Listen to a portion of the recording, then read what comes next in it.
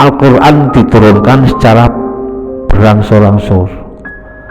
Al-Quran diturunkan utuh satu gelombang 30 juz itu memang Al-Quran turunnya 2 kali, 2 tahap. Tahap pertama diturunkan secara seluruhnya, tidak bertahap, dari Baitul Ma'mur ke Baitul Izza.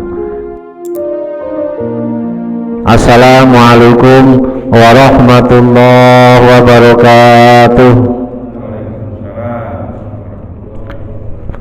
Bismillahirrahmanirrahim. Alhamdulillahirabbil alamin. Wa bihi nasta'inu ala umuri dunya waddin. Wassalatu wassalamu ala sayyidina wa maulana Muhammadin khatamil anbiya'i wal mursalin wa ala alihi wa sahbihi ajma'in. Qalu subhanaka la ilma lana illa ma 'allamtana innaka antal alimul hakim. Rabbi shrah li sadri wa yassir li amri wahlul 'uqdatam min lisani yafqahu qawli, amma ba'd. Hadirin Bapak Jamaah Talim Masjid Al-Ikhlas Perumahan Kriya Lebakwangi 1 Sepatan Timur, Tangerang, Banten, yang senantiasa dimuliakan Allah Subhanahu wa ta'ala.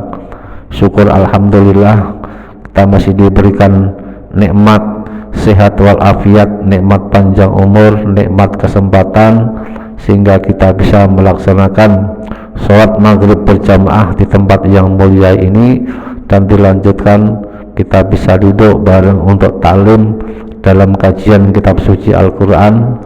Semoga ini bagian wujud syukur kita kepada Allah Subhanahu wa ta'ala. Semoga Allah berkenan melimpahkan nikmat-nikmatnya yang lain kepada kita semua, amin ya rabbal alamin. Salawat salam semoga tercurahkan kepada baginda Nabi Agung Nabi Muhammad sallallahu alaihi wasallam dengan bacaan salawat Allahumma sholli ala sayyidina Muhammad wa ala ali sayyidina Muhammad. Semoga kita kelak di hari kiamat termasuk umatnya yang akan mendapatkan syafaatnya, mendapatkan perlindungan, di mana di hari tidak ada perlindungan kecuali perlindungan dari Allah Subhanahu wa ta'ala. Di antaranya perlindungan tersebut adalah syafaat dari Kanjeng Nabi Muhammad sallallahu alaihi wasallam. Semoga kita senantiasa mahabbah terhadap beliau, mengikuti, mentauladani sunnah-sunnah beliau, sehingga kita kelak diakui sebagai umatnya, amin ya rabbal alamin. Hadirin jamaah talim sekalian, mari kita lanjut ta'lim kali ini dengan kajian kitab suci Al-Quran dengan referensi kitab Tafsir Jalalain. Kita lanjut surat Al-Ma'idah ayat 7 dan seterusnya. Al-Ma'idah, Al-An'am Al-An'am ayat 7 dan seterusnya. A'udzu billahi minasy syaithanir rajim. Bismillahirrahmanirrahim. Walau nazzalna 'alaika kitaban fi qirtasin falamasuhu bi'aydihim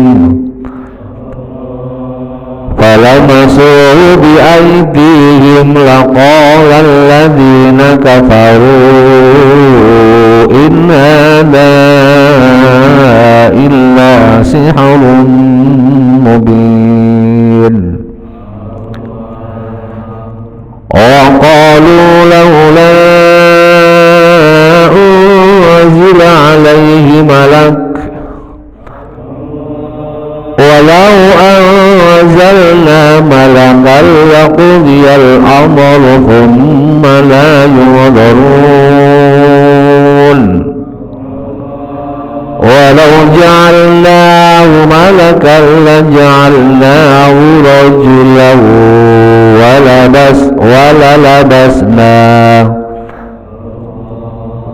walabasna alaihim ma yalbisun.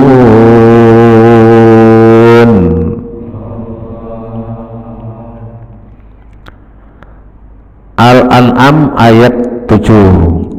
Ayat sebelumnya menyampaikan pesan ayat tersebut bahwa orang-orang musyrik pada saat itu tidak mengakui kebenaran Nabi, tidak mengakui dakwah Nabi Muhammad, tidak mengakui Al-Quran sebagai wahyu Allah disampaikan kepada Nabi, mereka tanggapannya tidak menerima.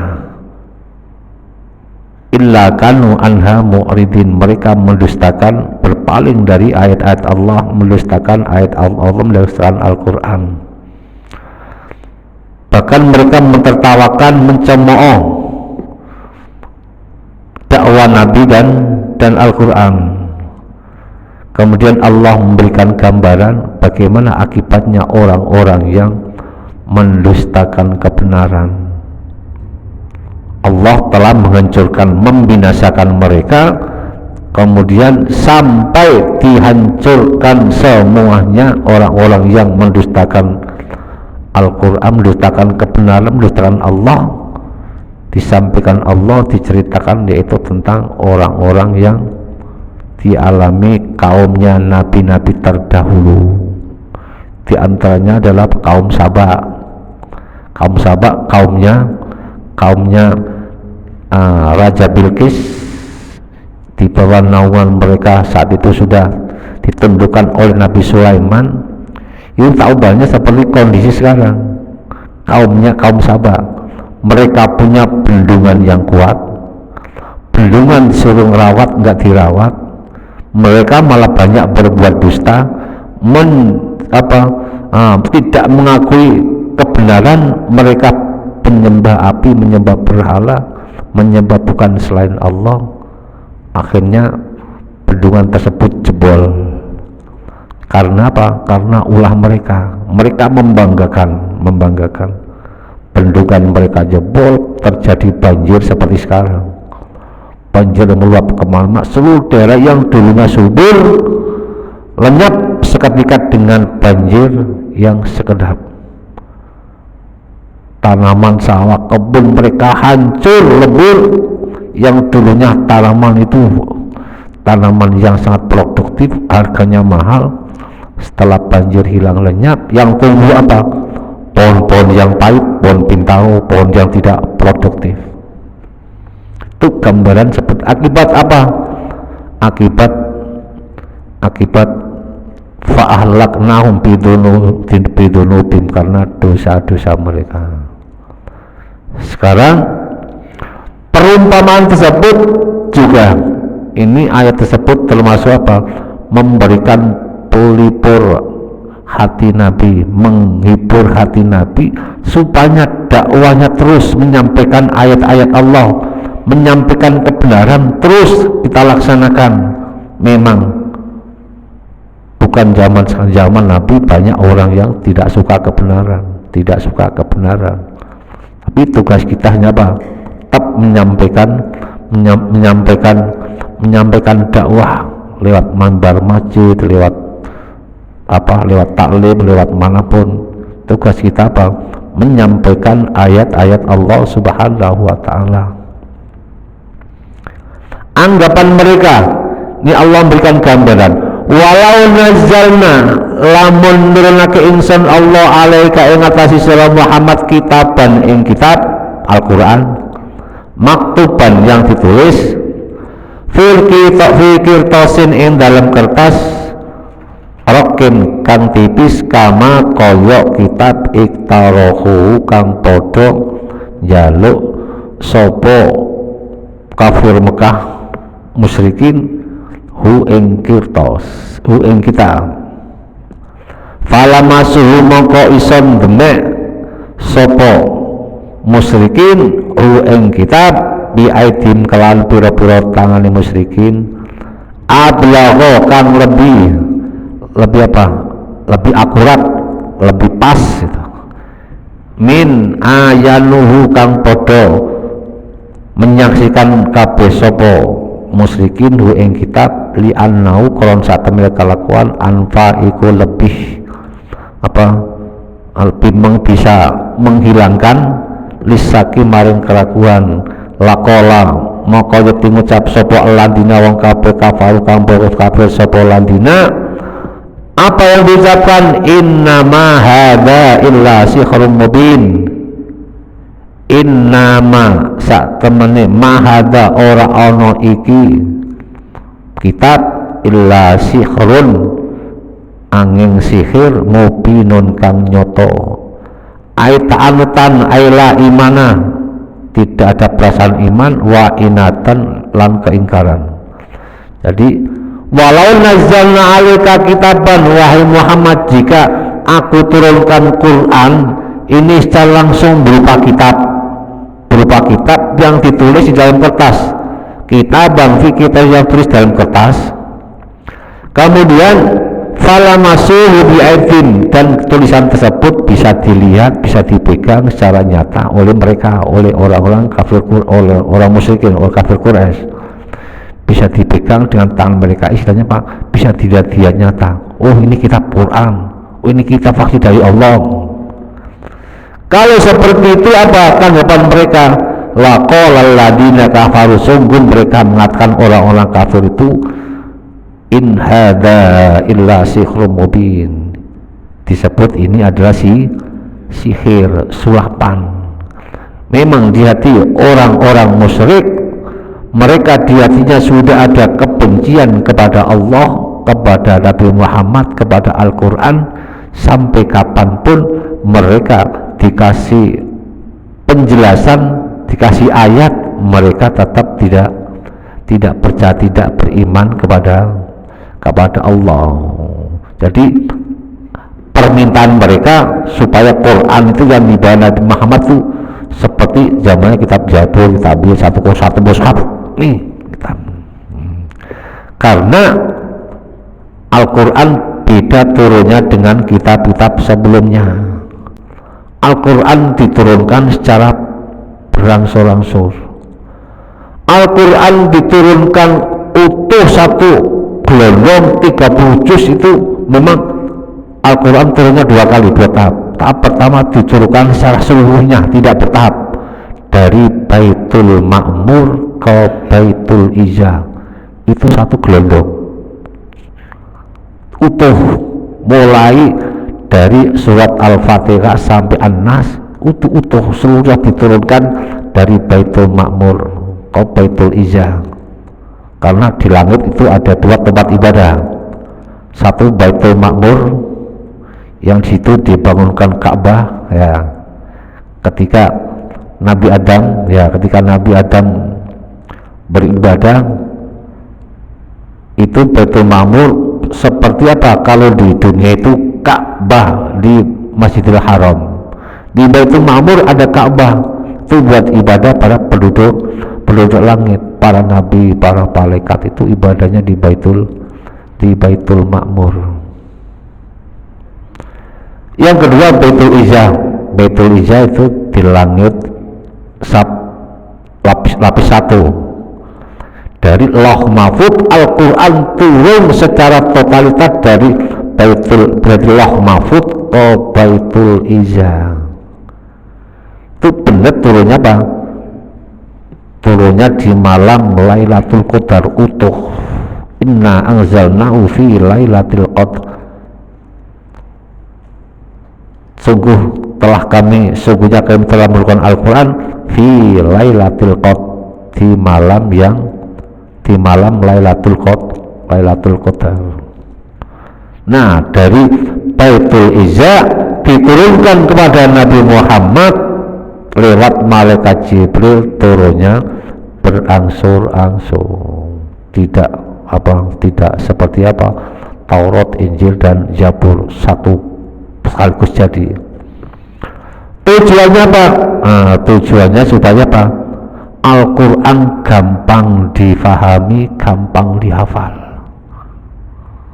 Buktinya nggak ada umat-umat terdahulu nggak ada yang hafal kitab Injil, nggak ada yang ada kitab Injil. Zamannya Nabi Daud, kaumnya nggak ada yang hafal kitab Taurat, Zabur. Kaumnya Nabi Musa nggak ada yang hafal kitab Taurat, nggak ada, karena turunnya langsung blek jadi satu. Karena Al-Quran turunnya berangsur-angsur satu ayat demi ayat sesuai dengan peristiwa yang terjadi itu, sehingga mudah dihafal. Contohnya ayat yang pertama cuma 5 ayat. Kalau kita suruh 5 ayat, kira-kira setengah jam apa ya Pak? Mulai Iqra bismi rabbikal ladzi khalaq sampai 5 ayat, kira-kira 10 menit hafal nggak?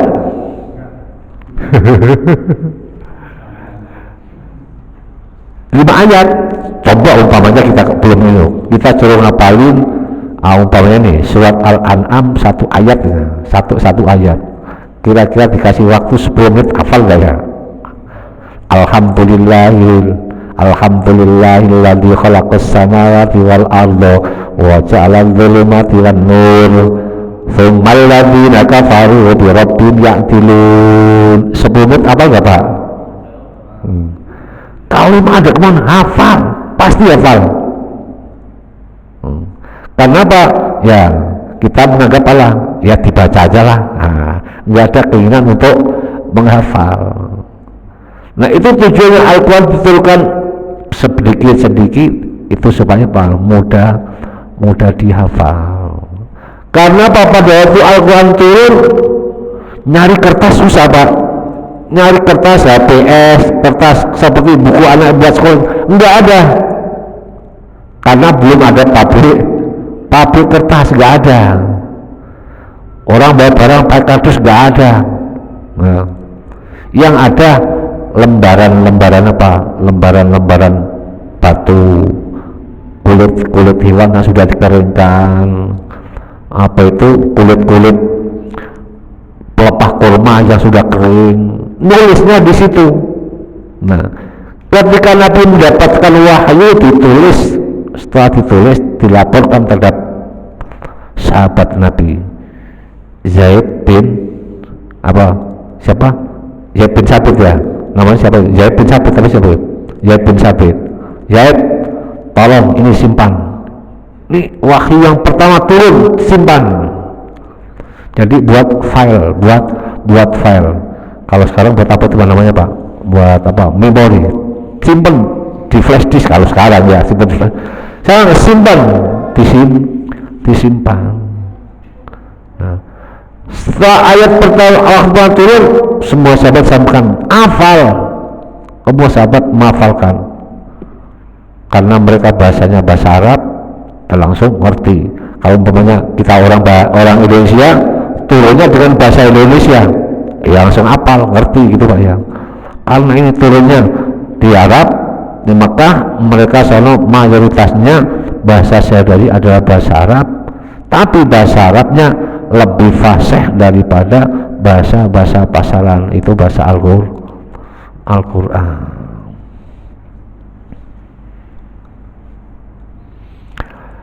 Kemudian, nah itulah termasuk Al-Quran diturunkan berangsur-angsur, ini bagian daripada untuk kemudahan bagi Nabi dan umatnya supaya mudah dihafal.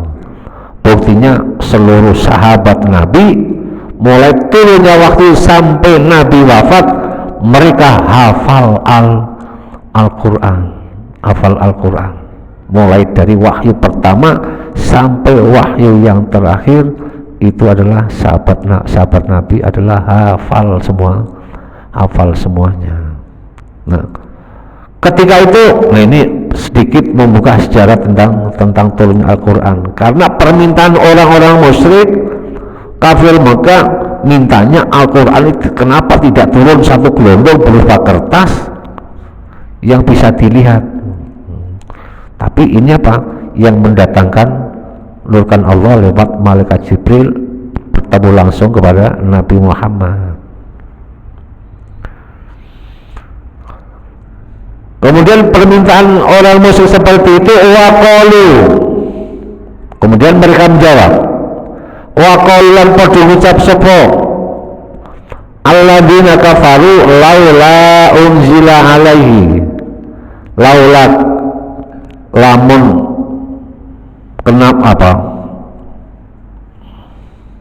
kenapa tidak laula kenapa ora unzila den turunake Al-Qur'an alaihi ing atase Nabi Muhammad alaihi salatu wassalam, alaihi kata ala Muhammadin ing atase Nabi Muhammad sallallahu alaihi wasallam malakun malaikat yusaddiqu kang benrake sapa lagu ing Al-Qur'an. Jawab Allah, walau anzalna lamun nurunake ingsun Allah malakan ing malaikat kama kaya dene perkara ikhtaru kang padha njaluk sapa alladzina kafaru falam yu'minu maka ora padha iman sapa alladzina kafaru. Kalau mereka minta kenapa Allah tidak menurunkan, nggak usah menurunkan Quran, menurunkan malaikat yang mendampingi Nabi Muhammad, kenapa Allah tidak menurunkan kirim malaikat yang mendampingi Nabi Muhammad, memberikan kebenaran apa yang disampaikan Muhammad ini benar, aku ini malaikat gitu. Kalau toh seperti itu, kalau maunya itu malaikat yang diturunkan Allah bersama Nabi Muhammad, kenapa laku dial amr moko yakti terakhir opo al amr urusan bihirakim kelawan urusan ladina kafaru sumala yung baru mongko ora nangguake sopo mongko ora tintangguake kabeh sopo ladina kafaru. Karena apa? Kalau malaikat yang mendampingi Nabi secara langsung yang bisa dilihat secara mata oleh mereka, karena malaikat kalau melihat seorang hamba yang berbuat dosa tidak mengakui kebenaran, langsung yuhlakun, dapat habis gitu ya.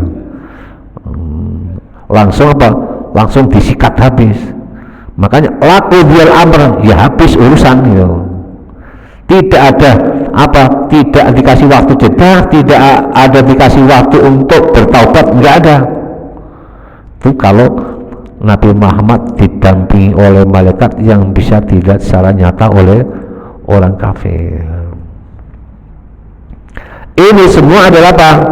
Yaudah, kata Allah, jangan hiraukan tidak kepercayaan mereka Muhammad. Terus sampaikan kebenaran, sampaikan tentang tauhid kepada mereka. Siapa tahu Allah akan menghendaki mereka mendapatkan hidayah dan masuk ke dalam orang yang beriman. Nah, kembali lagi bahwa Al-Quran setelah melalui proses seperti itu supaya mudah dihafalkan, mudah diingat, karena turunnya wahyu sesuai dengan peristiwa yang terjadi, sesuai dengan permintaan orang-orang musyrik, orang kafir Mekah. Pada saat itu Allah memberikan pelipur terus sampaikan kepada Muhammad, walaupun mereka tidak beriman, tidak percaya kepada engkau, tidak percaya Al-Quran, tidak percaya terhadap mukjizat yang telah engkau berikan kepada mereka, terus sampaikan Muhammad. Kemudian harapan mereka supaya malaikat yang diberikan. Karena apa? Kalau Allah memperlihatkan malaikat kepada mereka, karena apa? Mereka tidak akan mampu melihat malaikat yang secara aslinya. Karena apa? Malaikat Allah ciptakan dari cahaya, kita diciptakan dari tanah. Gambarannya kalau kita melihat cahaya nggak kuat lama. Contoh kalau kita melihat matahari, kuat nggak kira-kira 1 menit? Nggak kuat, malah sakit mata. Karena apa? Alamnya beda. Tapi Allah perlihatkan malaikat kepada Nabi, itu kehendak Allah.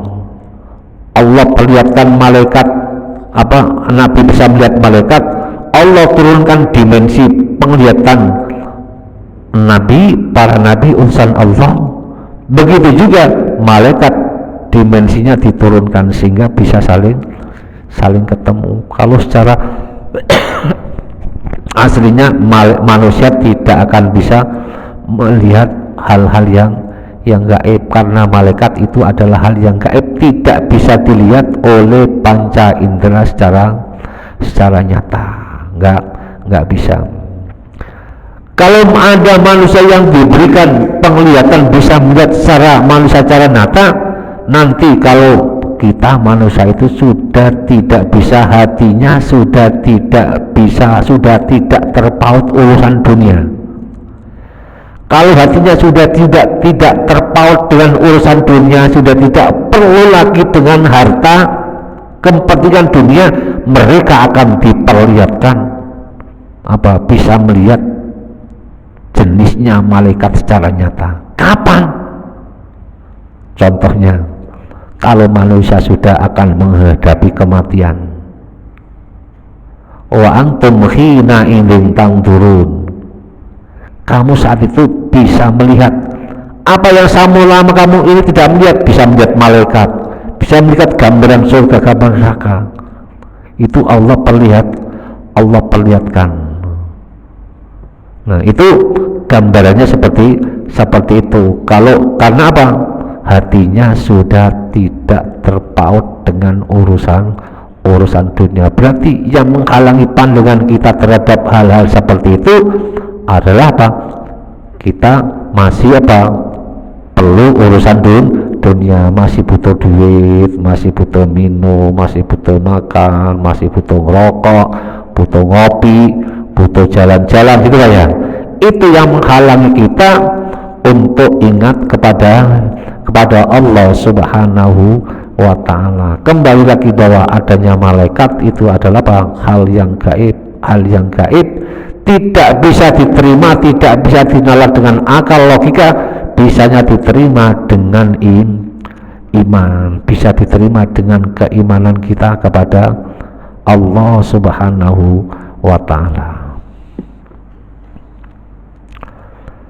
Harapan permintaan orang-orang kafir Mekah itu supaya Nabi Muhammad nggak usah berupa Al-Quran, tapi mukjizatnya cukup didampingi malaikat, dakwanya dampingi malaikat, yang benarkan nanti itu malaikat dijawab oleh Allah. Kalau nanti yang nemenin malaikat secara langsung, laqudiyal amr, habis.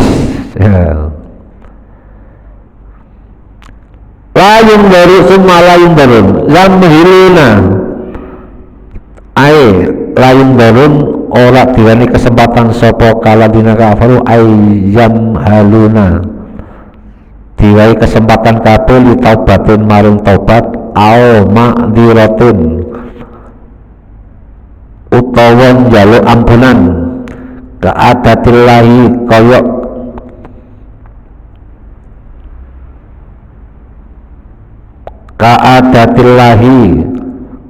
koyok kaumaman kebiasaan yang kang Allah paringake fiman ing dalam wong qoblahum sadurunge ladina kafaru min ihlakim saking oleh ngrusake, saking oleh rusake ladina kafar min qoblihim inta wujudi muktarihim ing dalam wujudi permintaane ladina kafaru, tapi idza lam yu'minu nalikane ora podo iman sopo ladina kafaru.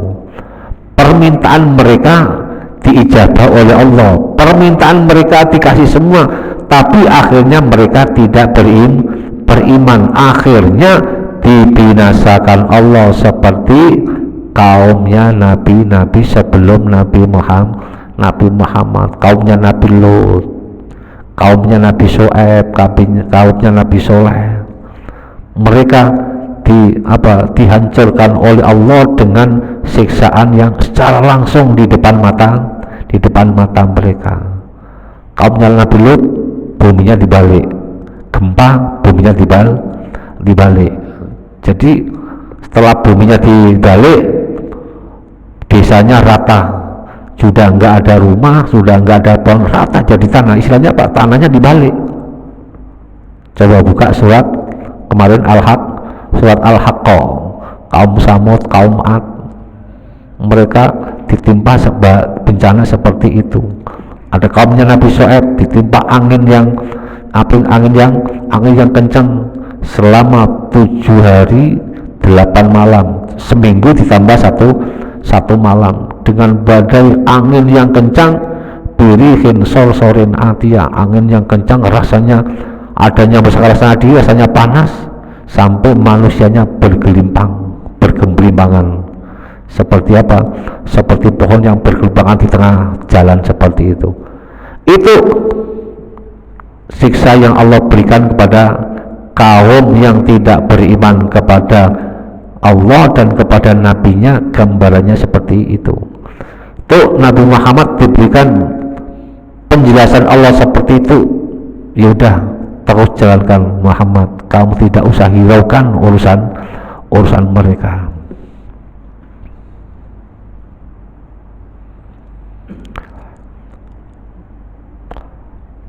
Walau ja'alna lamun dadake insan Allahu ing ayyil munazzalu ilaihim, kitab kang den turunake ilaihim maring ladina kafaru, malakan rupa malaikat ing malaikat, la ja'alnahu yaktin dadake insan Allahu ing malak ay rajulan. Kalau Allah menuruti permohonan mereka, Allah turunkan jadikan malaikat, jadikan istilahnya apa, Rasul bukan nabi, seorang manusia, jadikan malaikat. Allah kirim malaikat ke muka bumi untuk dakwah kepada mereka, tapi Allah serupakan seperti orang laki-laki. Ai ala surati ing atase gambare malaikat. Iya tamakanu supaya mampu sapa ladina kafaru miriyati saking oleh ningali malaikat, tapi idla quwata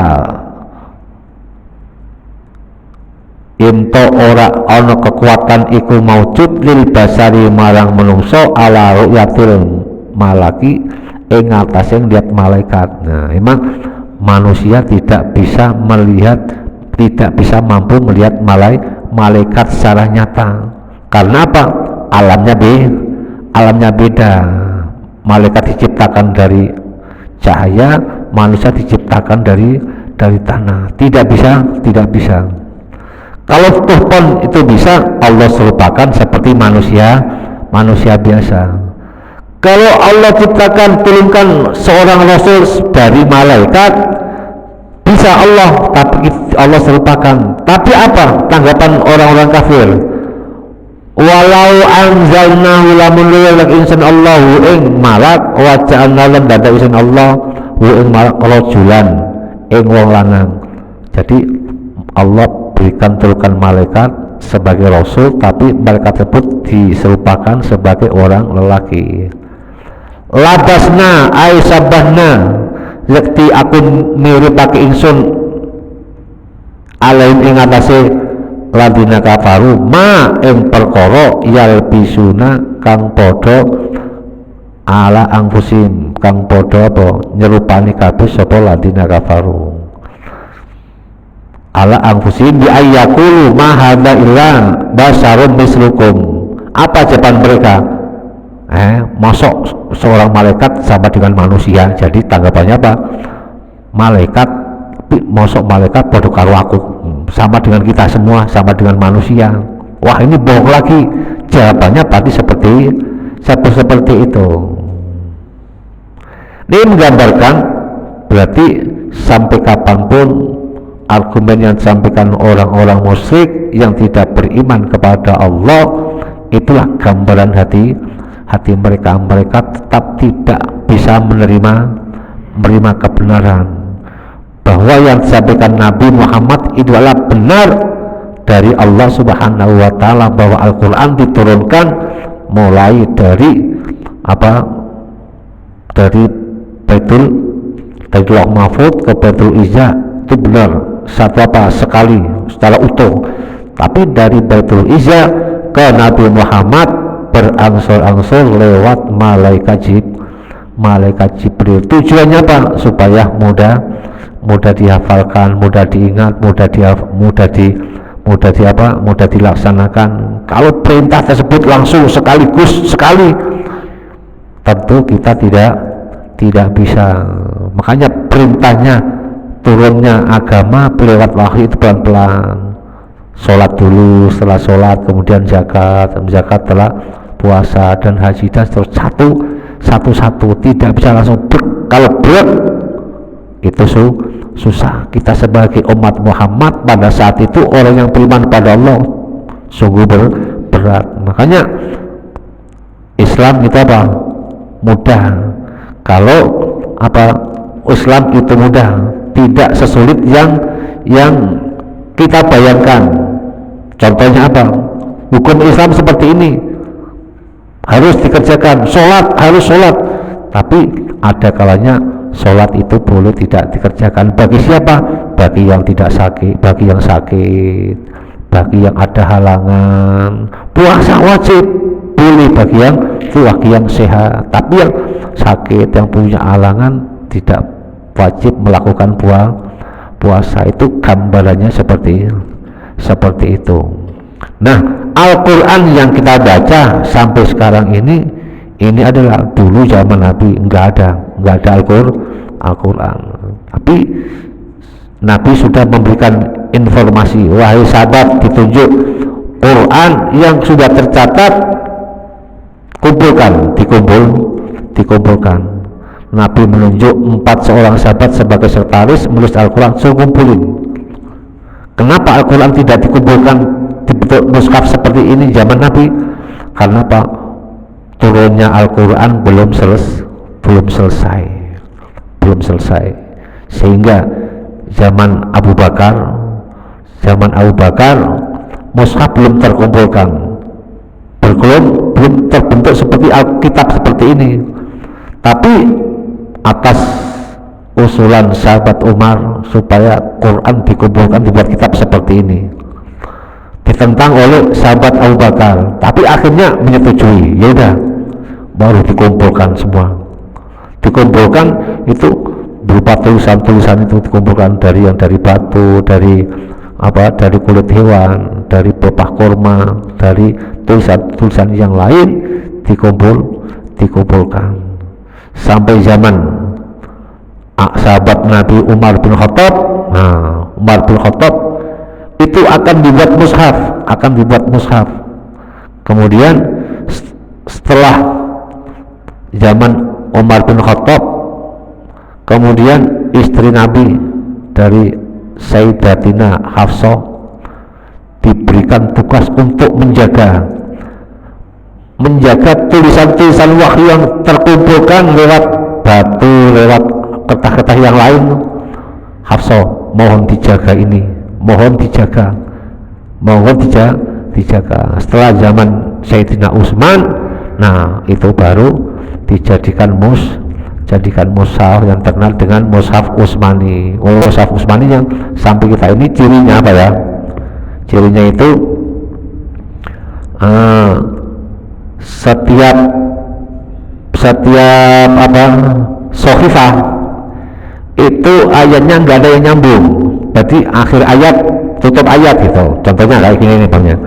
Berarti kalau di halaman depan ini pasti awal ayat, kemudian Sohifah yang paling bawah ayat paling akhir gitu.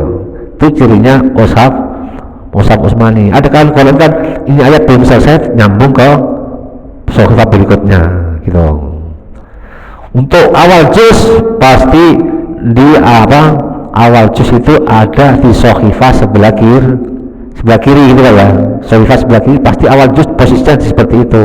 Itu cirinya mushaf Utsmani. Yang pertama cirinya pokoknya setiap Sohifah itu apa? Contohnya ini awal Sohifah, awal halaman. Ini pasti awal ayat pertama, awal ayat. Terus sini akhir ayat. Jadi nggak ada ini ayatnya sampai sini, nggak ada. Itu ciri-cirinya. Makanya itu apa? Mudah dihafal, mudah diingat gitu. Untuk mushaf imani, mushaf Utsmani.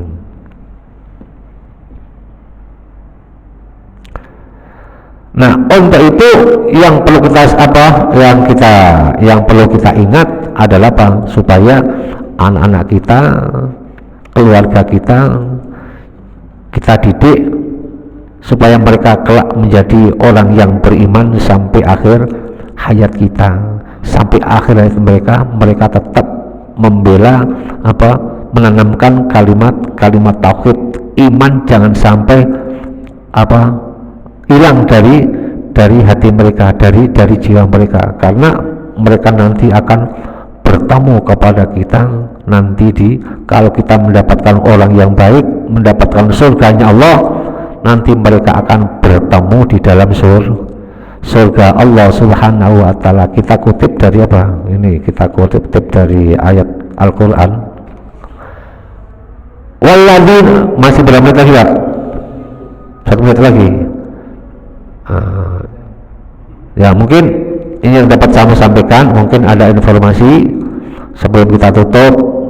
Kita ucapkan terima kasih kepada para jamaah, umumnya pada warga Perumahan Kiral Bakwangi 1 yang sudah memberikan infak rezekinya, menginfakkan hartanya, sebagian harta bendanya kepada Masjid Al-Ikhlas berupa tadi yang sudah diedarkan tadi pagi, ya. Alhamdulillah yang sudah kita tadi dibaca di grup, sudah menerima infak dari warga Perumahan Kiral Bakwangi sebesar itu. Mudah-mudahan Allah membalas dengan rezeki yang berkah dan berlipat ganda, amin ya robbal alamin. Al-Fatihah. A'udzubillahi minasyaitonirrajim. Bismillahirrahmanirrahim.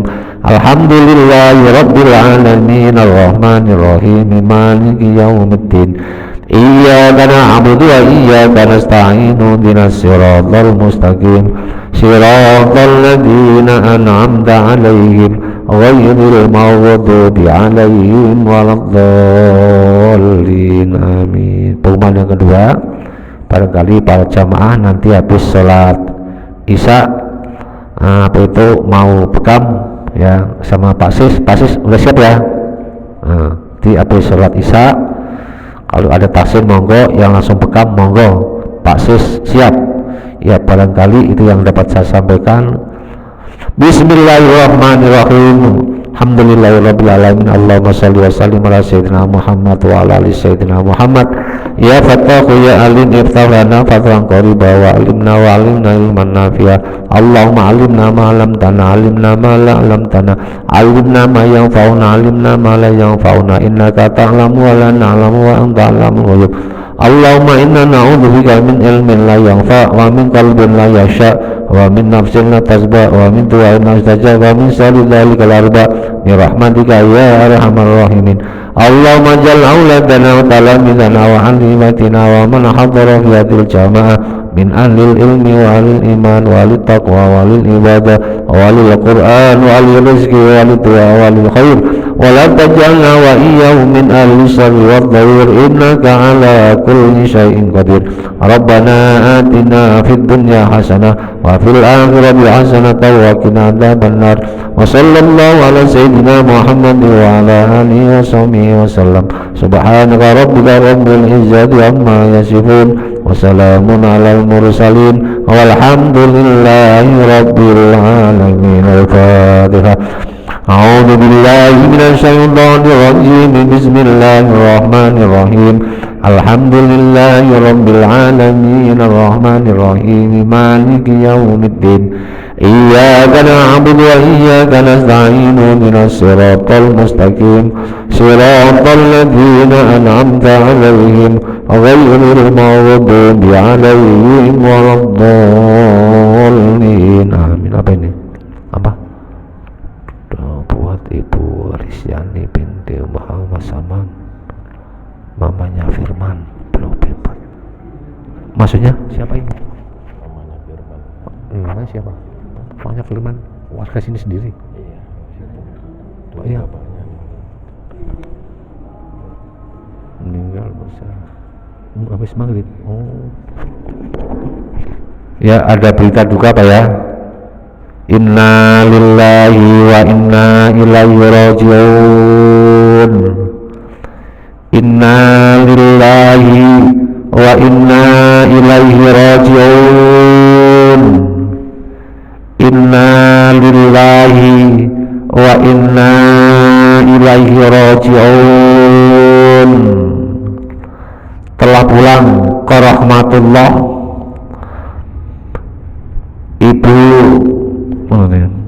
Ibu Rizjani bintu Muhammad Saman, mamanya Firman. Blok B4 berarti gang apa Pak? Blok B4 yang meninggal tadi habis maghrib. Sekarang jenazah di mana Pak?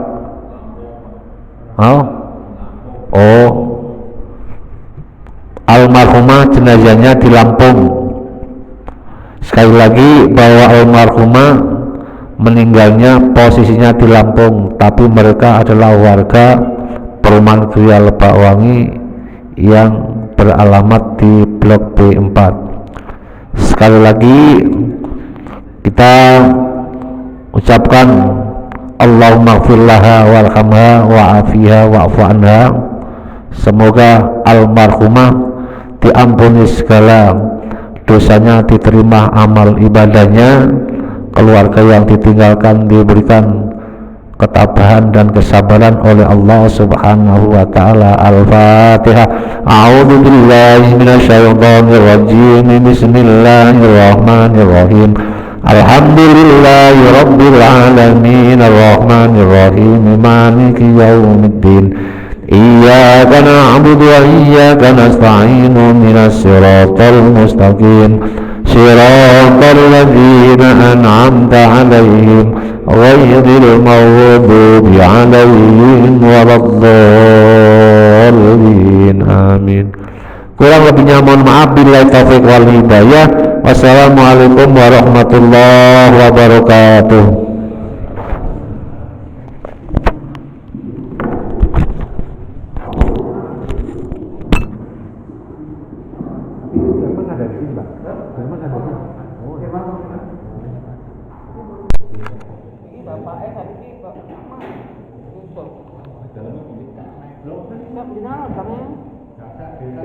B4 nomor 2.